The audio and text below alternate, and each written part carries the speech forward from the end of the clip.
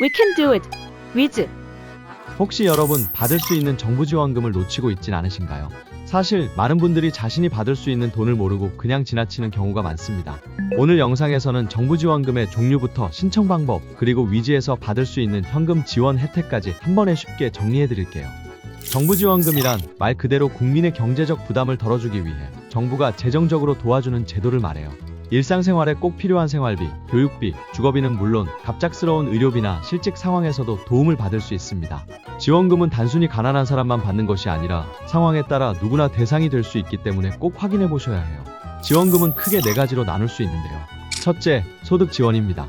대표적으로 기초생활보장제도, 긴급복지 생계비 등이 해당되며 일시적으로 소득이 줄었거나 실직 상태인 분들에게 기본적인 생활비를 지원합니다. 둘째, 주택보조금입니다. 전세자금, 월세 지원, 임대주택 등 주거 안정을 위한 다양한 제도가 있어요. 특히 청년과 신혼부부를 위한 전세자금 보조 프로그램은 인기가 많습니다. 셋째, 교육비 지원입니다.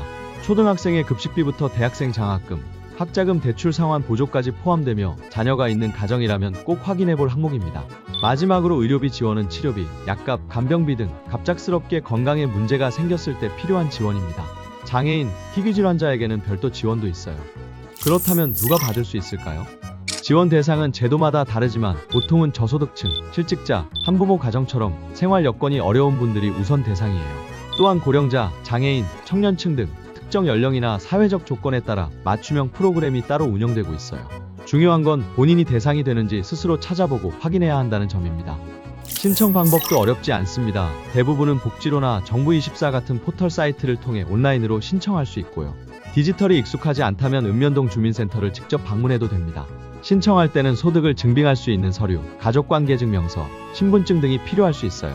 제출 후에는 보통 2-3주 이내에 승인 여부가 문자나 전화로 통보됩니다. 이제 대표적인 계층별 지원금도 한번 살펴볼게요. 저소득층에게는 기초생활보장생계비, 주거급여, 교육비 및 급식비가 대표적입니다. 자녀가 있는 가정에는 교육비 지원이 특히 중요하죠. 청년층은 전세자금 보조, 취업장려금, 창업지원금 같은 제도가 많습니다. 최근에는 학자금 대출 상환 지원도 확대되고 있어요. 소상공인은 창업자금, 경영안정자금, 코로나 회복지원금 등 사업을 이어가기 위한 실질적인 자금이 제공됩니다. 신청할 때는 사업자 등록증이나 세금 관련 서류가 필요할 수 있어요. 지원금을 받으려면 본인의 조건을 정확히 알고 꼼꼼히 신청하는 게 핵심입니다. 안 챙기면 그대로 날아가는 돈이에요. 그런데 여기서 끝이 아닙니다. 나라가 주는 현금 지원금 48만원까지 챙기셔야죠. 약정 끝난 인터넷, 모르고 그냥 쓰고 있다면 손해일 수도 있어요. 지금 인터넷만 바꿔도 현금 사은품으로 최대 48만원의 현금 혜택을 받을 수 있습니다. 상담은 무료고 조건 확인만 해봐도 손해볼 건 전혀 없습니다. 내가 해당되는지 궁금하다면 지금 바로 문의해보세요.